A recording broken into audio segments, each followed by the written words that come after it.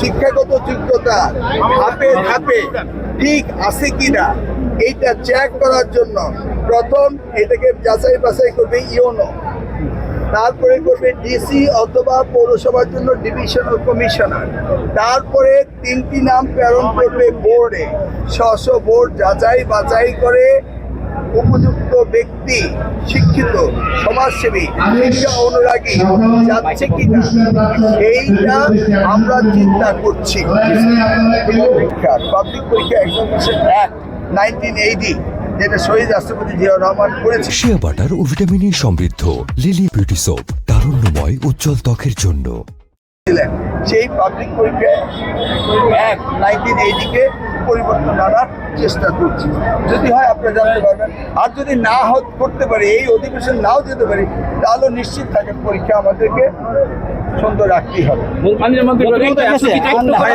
পর্যায়ে অনেক ক্ষেত্রে অনেক শিক্ষা অনুরাগী তাদের বিশেষ অবদান রয়েছে।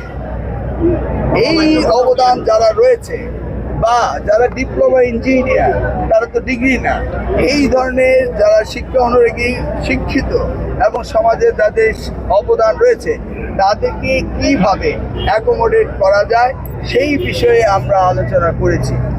আলোচনার শেষে আমরা বলেছি যে এটা এমপি এবং প্রধানমন্ত্রী পর্যায়ে আমরা আলোচনা করে আমরা সিদ্ধান্ত নিব কিভাবে শিক্ষার মান উন্নয়ন এবং ম্যানেজমেন্ট কমিটির গুরুত্ব আরও বাড়ে। কোথাও বলা হয় নাই শিথিল করা হবে।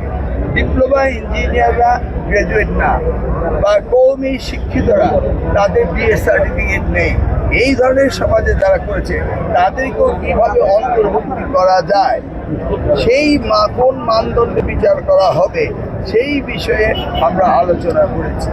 আলোচনা এখনো শেষ হয়নি। মাননীয় সংসদ সদস্যরা এই বিষয়ে আমাদেরকে ইনপুট দিবেন। শিয়া বাটার ও ভিটামিনে সমৃদ্ধ লিলি বিউটি সোপ, তারুণ্যময় উজ্জ্বল ত্বকের জন্য।